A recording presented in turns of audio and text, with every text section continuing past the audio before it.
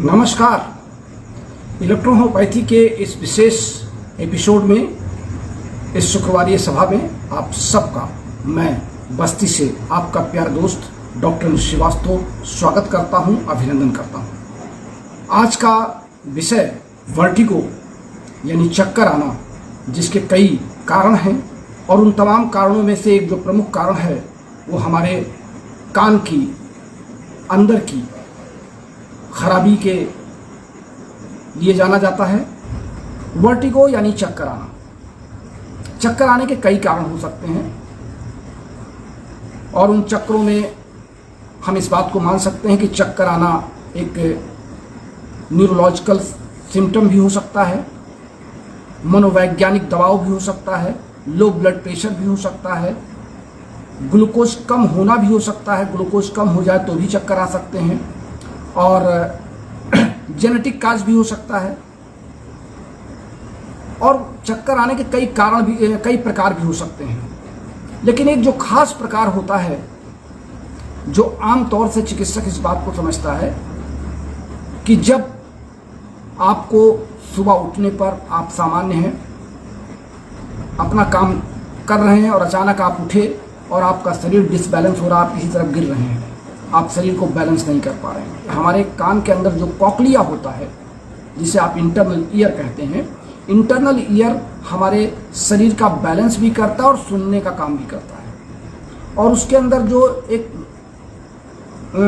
जो द्रव होता है जिसे हम लैम्ब्रिंथ कहते हैं, ये द्रव जब कभी सूखने लगता है या उसके अंदर के जो ऑटोलिथ होते हैं, जो बैलेंस बनाते हैं एक दूसरे से जोड़ करके, जो चलते हुए हमारे कान की आवाज़ को भी सुनते हैं और शरीर के बैलेंस बनाते हैं, जब वो ऑटोलिथ डिस्टर्ब हो जाते हैं किन्हीं कारणों से, चाहे वो कान में हमारा कोई झटका लग जाए या कोई चोट लग जाए, हमारे सर में चोट लग जाए या गर्दन के आसपास चोट लग जाए या किसी तरह हम गिर जाएं, तो जब हमारी ऑटोलिथ डिस्टर्ब हो जाती है तो उस समय हम वेस्टिबुलर, जिसको हम कह सकते हैं वेस्टिबुलर न्यूरोनाइजाइटिस, या इस काज से चक्कर का आना, जब हमारा वेस्टिबुल होता क्या है, हमारे कान के आसपास की जो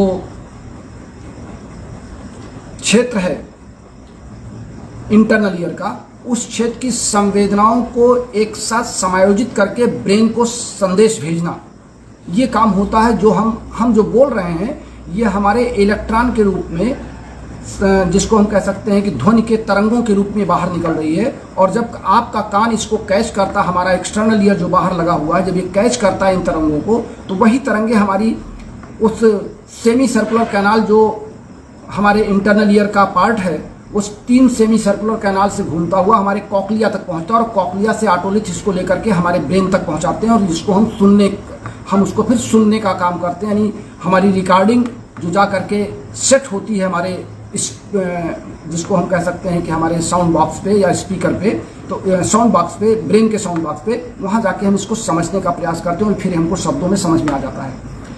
लेकिन यही ऑटोलिथ जब इधर उधर खिसक जाती हैं अपने स्थान से, तो हम अपने शरीर को बैलेंस नहीं कर पाते हैं। जब आप साइकिल चलाते हैं, मोटरसाइकिल ड्राइव करते हैं, स्कूटर चलाते हैं, स्कूटी चलाते हैं, तो जब लेफ्ट साइड और राइट साइड आप टर्न करते हैं तो आपका बॉडी, अगर आप स्कूटर आपने लेफ्ट साइड टर्न किया तो बॉडी आपकी राइट साइड टर्न हो जाएगी। वो काम ऑटोलिथ का होता है, हमारे कान के इंटरनल ईयर का काम होता है, वो बैलेंस करता है। किन्हीं कारणों से अगर इसके अंदर हमारी लैब्रिंथ या जो तरल पदार्थ इसमें है वो सूख जाए या ऑटोलिथ डिस्टर्ब हो जाए या ऑटोलिथ में का क्रम टूट जाए या इसमें झटके लग जाएं, तो हमारे शरीर का बैलेंस बिगड़ जाता है और उस समय हमें उठने पर चक्कर आता है। ये चक्कर कभी कभी वोमिटिंग में भी बदल जाता है, कभी हम बिल्कुल उठ नहीं पाते, हाथ पैर पकड़ करके बैठ जाते हैं, सीधे लेट जाते हैं। तो ऐसे में हमको पहली सावधानी तो ये बरतनी है कि हमको अगर किसी कान के साइड में चोट लगी तो हमको उस तरफ सर करके नहीं लेटना है, उस तरफ हमको करवट करके नहीं लेटना है, ये हमको विशेष ध्यान रखना है। दूसरा, हम ये कह सकते हैं कि समय पर हमको नींद लेना चाहिए, सोने का समय एक निश्चित कर लें। हमारी जो फिजिकल एक्टिविटीज़ है यानी शारीरिक श्रम, हम उससे अपने आप को बिल्कुल फिट फॉट रखें। हमारे खान पान दुरुस्त होने चाहिए और किसी चोट आदि से अगर हमको लगा हुआ है तो हमें उस चोट से संबंधित चिकित्सक से परामर्श लेना चाहिए। कभी कभी ऐसा भी होता है कि चक्कर आपको विभिन्न दवाओं के साइड इफ़ेक्ट के कारण भी आते हैं। कोई आपको ऑपरेशन किया गया हो पहले, और उस ऑपरेशन के संदर्भ में कोई आपको बहुत हाई डोज की एंटीबायोटिक्स या एंटीपायरेटिक या एंटी एनाल्जेसिक आपको कुछ ऐसा दिया गया हो जिसका साइड इफ़ेक्ट आपकी बॉडी पर हो, वो बॉडी आपको की इम्यूनिटी पावर से बिलोंग न कर रही हो, इस पे भी चक्कर आते हैं। कभी कभार आपके गर्दन की नस अगर दब जाए या स्पॉन्डिलोलिसिस के काज में भी आपको चक्कर आते हैं। काज कोई भी हो, चूँकि इलेक्ट्रोहोम्योपैथी में रोग एक है कि any persistent change in the lymph और blood that is called disease. हमारे लिम्फ या ब्लड में तो जो हमारे इंटरनल ईयर में या कॉकलिया में जो द्रव भरा हुआ है वो एक सफ़ेद द्रव है, झलझलाता हुआ बिल्कुल। चूँकि आप आजकल तो जो पाठ्यक्रम है या जो प्रैक्टिकल का क्लासेस है अब तो बंद कर दिया गया। हम लोगों के समय तो प्रैक्टिकल कराए जाते थे। जब मैं एमएससी कर रहा था, बीएससी कर रहा था, मैंने इंटरमीडिएट किया, हाई स्कूल किया, तो हाई स्कूल से लेकर के और एमएससी तक हम लोग प्रैक्टिकल ही करते रहे और विभिन्न एनिमल्स का डिसेक्शन करके उसके इंटरनल ईयर को निकालते थे। मेढक का इंटरनल ईयर निकाला जाता था, खरगोश का देखते थे हम लोग, विभिन्न और जंतुओं का हम लोगों ने निकाला था। तो हम लोगों के इंटरनल ईयर के अंदर की सारी संरचनाएं बिल्कुल हूबहू याद हैं कि किस तरीके से उसमें द्रव, सेमी सर्कुलर कैनाल और कॉकलिया का स्प्रिंगदार वो चक्कर कैसे होता था। हम किसी बुक में फोटोग्राफ देखें ना देखें, जो मेमोरी में फिट हो गई है पहले से वो आज भी फिट है। तो ये जो इंटरनल ईयर का है प्रसंग, हम इसको ध्यान में रखते हुए इलेक्ट्रोहोम्योपैथी की दवा अगर करते हैं तो हमारे लिए इलेक्ट्रोहोम्योपैथी में सिर्फ और सिर्फ 3 औषधियाँ हैं। पहला दवा है L1, दूसरी दवा है A3 और तीसरी दवा है C1। L1, A3 और C1 हम इसके केवल 5 ड्रॉप्स, ज़्यादा देने की जरूरत नहीं है, 5 ड्रॉप काफ़ी है। अब आप पूछेंगे कि ज़्यादा दवा देने की जरूरत क्यों नहीं है? क्योंकि कॉकलिया एक बहुत छोटा सा अंग है और उसमें बहुत कम एंजाइम्स के मोटिवेट करने की ज़रूरत है। इस नाते हम 5 ड्रॉप्स लेते हैं और अगर हैवी पर्सनालिटी का व्यक्ति है तो मान लिया कि 5 to 10 ड्रॉप्स कर सकते हैं। ये तीनों दवाओं के साथ हम WE का प्रयोग करते हैं क्योंकि WE बैलेंसिंग मेडिसिन है। इसका ध्यान रखिएगा, मैं हमेशा कहता हूँ कि WE हमारी बैलेंसिंग मेडिसिन है। तो इस मेडिसिन के साथ हम रोगी को अगर चक्कर आ रहा है तो हम ये कहते हैं कि इसको 1-1 घंटे पे लगातार 6 से 8 बार आप दे दें, यानी 8 घंटे तक लगातार आप हर घंटे दे दें। और रोगी जब सामान्य दशा में हो जाए तो उस समय हम उसको अलग से दवाओं का प्रयोग करते हैं। अभी मैं इन दवाओं की चर्चा आपसे कर रहा हूँ। अगर कान में दर्द है या ये महसूस होता है कि हमारे गर्दन के आसपास हमको गर्दन घुमाने में दिक्कत होती है या सर दर्द हमारा बढ़ जाता है इस चक्कर के बाद, तो वहाँ पे आप S5, L1 और WE, S5, L1 और WE इसकी 10 ड्रॉप्स आप सुबह, दोपहर, शाम या 4 बार दे सकते हैं रोगी को। और अगर लग रहा है कि आंखों में भारीपन आ रहा है इस चक्कर के कारण, आपको सांस लेने में भी प्रॉब्लम आ रही है, तो वहाँ पे आप C7WE के साथ P1 जोड़ देंगे, P1 पेट्रोल ग्रुप।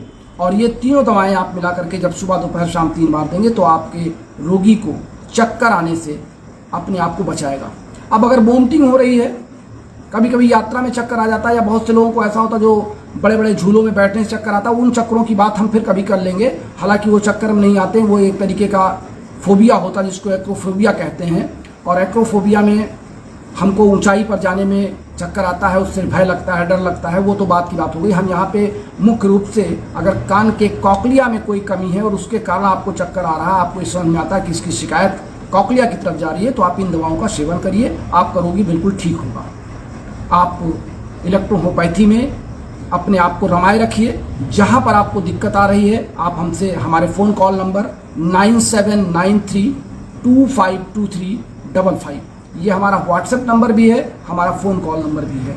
आप हमसे बात करने के लिए कोशिश करें कि 2 बजे से हमसे बात करने के लिए आपका बेहतर समय है 4 से 5।